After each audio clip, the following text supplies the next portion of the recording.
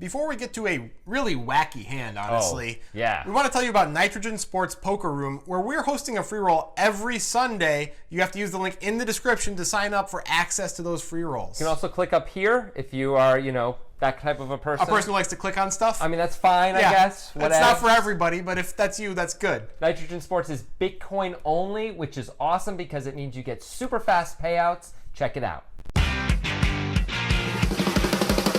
It's Aussie Millions week here on The Breakdown. That's exciting. It's our first themed week. The Aussie Millions just wrapped up about a week ago. So we're going to have some fun and break down 3 Aussie Millions hands this week, starting with this really awesome hand that occurred on day 4 of the main event. It's Mark McDonald against...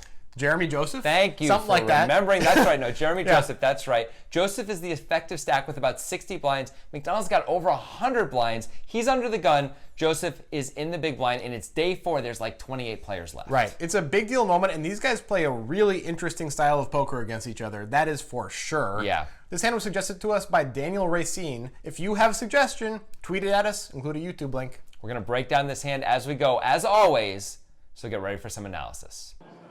Then you're going to say, stop it. Why did I fold? Have you imagined? 6-4 suited, going to get raised under the gun by our Irishman.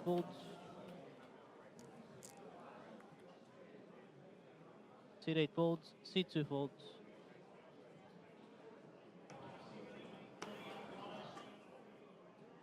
C3 folds.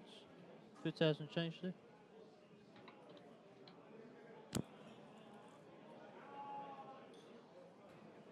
Seat 4 raises. Looks like we're going to have the mighty 6-4 battle with the 5-4 here, heading to this flop. Stretch that seat 4 calls.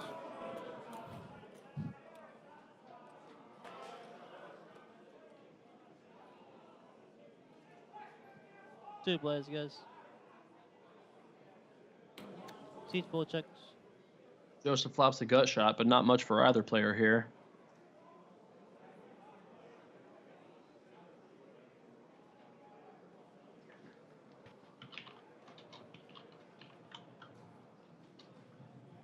Seat 6 bets. 31,000. Continuation bet here from McDonald with 6-4 suited. Seat 4 calls. And Joseph calls here with the gut shot. I've never seen either of these guys play before, but I know one thing about Jeremy Joseph. He does not respect Mark McDonald's opening range. I can tell you that with certainty. Yeah. First, starting with his pre-flop call with 5-4 offsuit, which is definitely not mandatory. I mean, when the under-the-gun player opens, I know we're 7-handed, but let's not pretend that this is anything but non-standard here. We're getting a great price. We're closing the action, blah, blah, blah. We've got 5-4 off. Normally, you fold this hand. But there's evidence to suggest that McDonald is a crazy guy because he opened 6-4 suited under the gun. Right. Now, he has a huge stack, so he's probably just bullying everybody. But that is probably going to inform this entire hand because Joseph's perception of that is going to affect a lot of Joseph's decisions. I mean, the fact that Joseph then calls on the flop as well. Now, it's not surprising at all that McDonald would bet the flop. No, with it's a an 6 ace-high board. You can rep this. It's great. Perfect. Perfect. But for Joseph to call here, he's got to be believing that he's not just calling for his gut shot, right? No, I mean, he does have really good implied odds if he can get the entire stack, but we can't assume that he can get the entire stack. No way. So this can't just be an implied odds call. It has to be, okay, I have a gut shot. It's a good hand to continue with against a maniac because I can turn it into a bluff sometimes. Right. Either I'll check the turn, he'll check the turn, I bet the river, he folds. That would be great. Assuming we don't improve. Yeah. That's fine. Then it would be bad. Yeah. Or I check the turn, he bets the turn, I raise the turn a bunch of the time, depending on turn cards, but a lot of the time I can raise, and he's just going to have to fold because he's a maniac. He can't be calling just for the equity of his gut shot. So what we have here is McDonald, who thinks he can bully everybody, and Joseph, who's standing up to the bullies. He's backing down the bully. At least that must be the plan, or else he's just going to let the bully punch him one extra time before he folds. Right. He's trying to draw a line in the sand at least, and I appreciate that he's trying. Yeah. 6-4 is in better shape than he thinks. Interesting turn card. Both players improve here. Joseph now with an up and down straight draw, 7 or a deuce mixed in a straight. McDonald, though, with the best hand by a decent margin with a pair of 6s.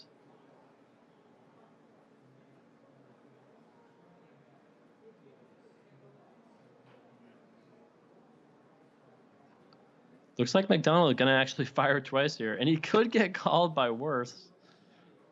I'm not certain if McDonald thinks he has the best hand or not, but we can see he does.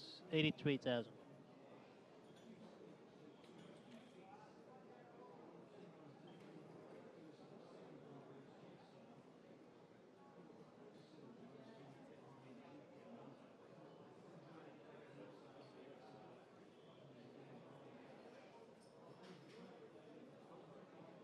Looks like Joseph is considering it here.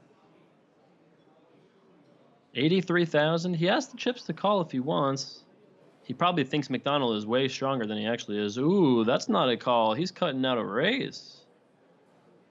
Ooh, I like this. This is a little feisty check raise here. And now McDonald, who we can see is 82% to win by the merit of his hand. Those pair of sixes 86. shrink up quite a bit when facing a check raise like this. Oh, okay. 180.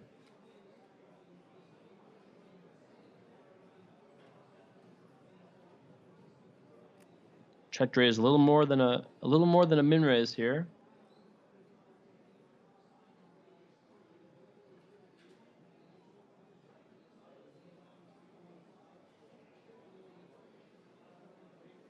And McDonald not instantly folding.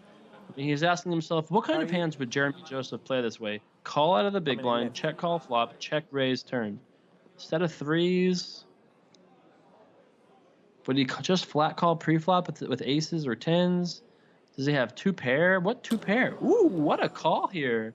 No matter what happens on the river, props to McDonald for somehow finding the call here. With only a pair of sixes now, can he hold the river?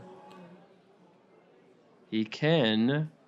And now McDonald, by the way, this is a 500,000 chip pot. Somehow these guys are playing a 500,000 chip pot with 6-4 against 5-4 on this board.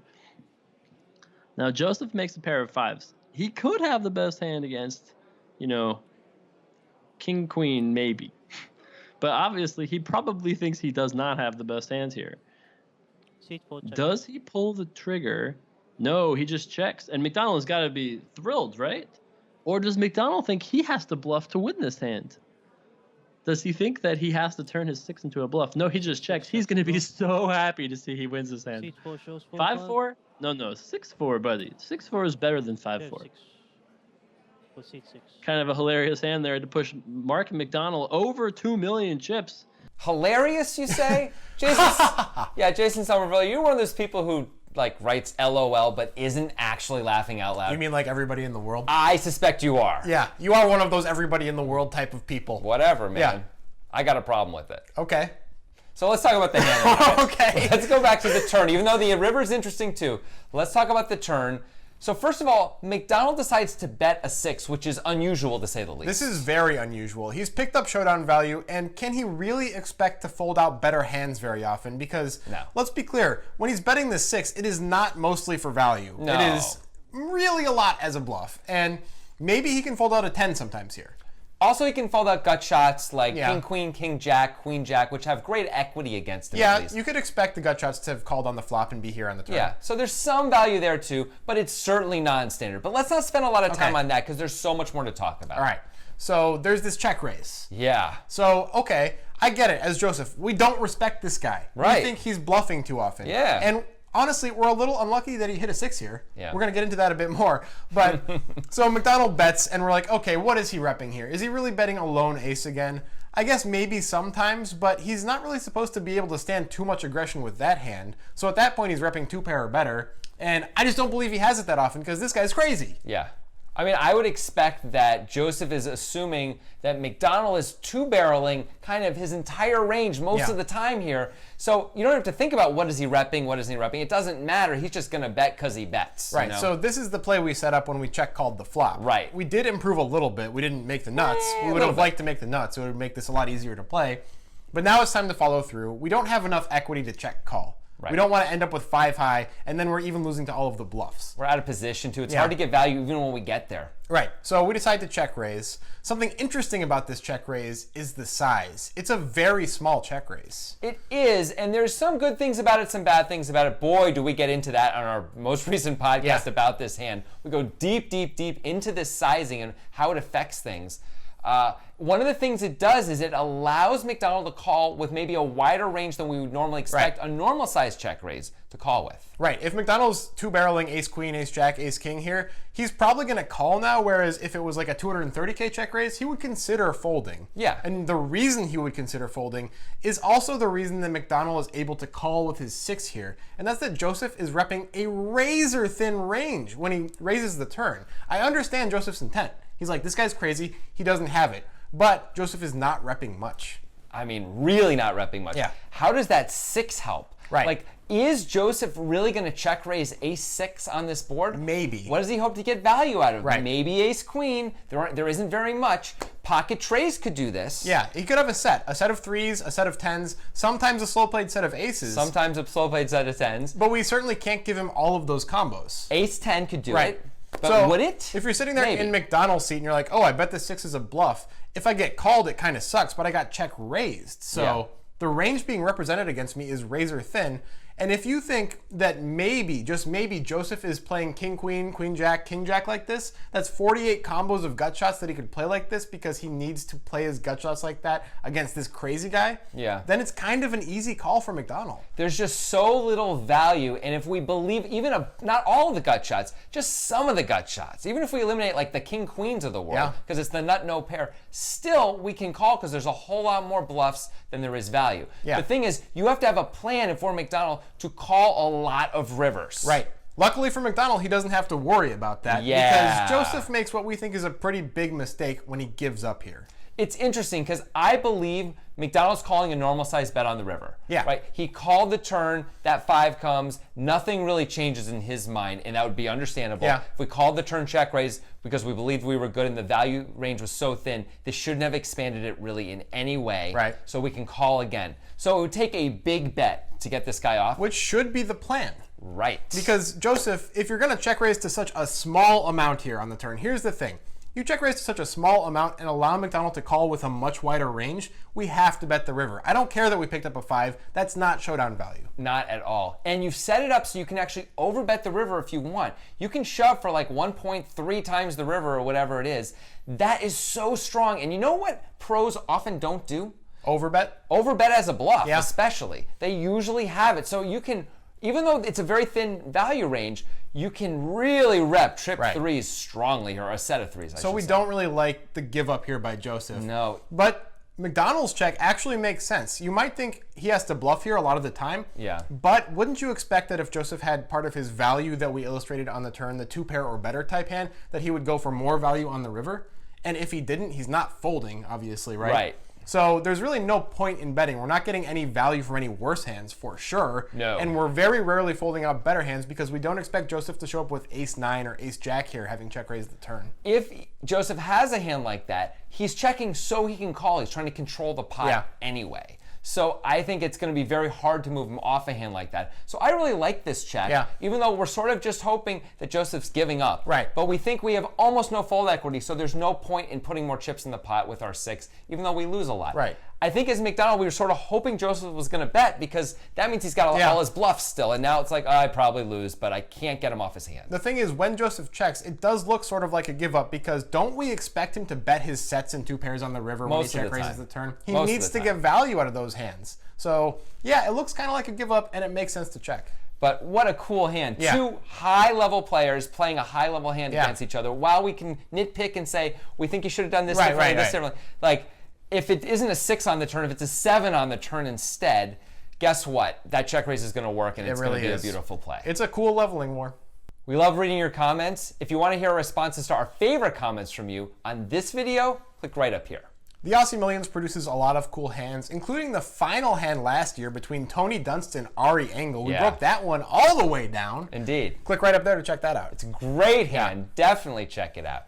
Also, make sure you check out our podcast, The Breakdown presented by the Poker Guys, where we go into crazy detail about the sizing on the turn, the pre-flop play. We spent an hour just talking about this one hand because that's what we do on the breakdown. Right. If you guys didn't think this was complicated enough, this video, we get really, really into it on the podcast, and you can hear the wheels turning. We figure it out as we go. Absolutely. And if you like this video, make sure you give us a like and subscribe.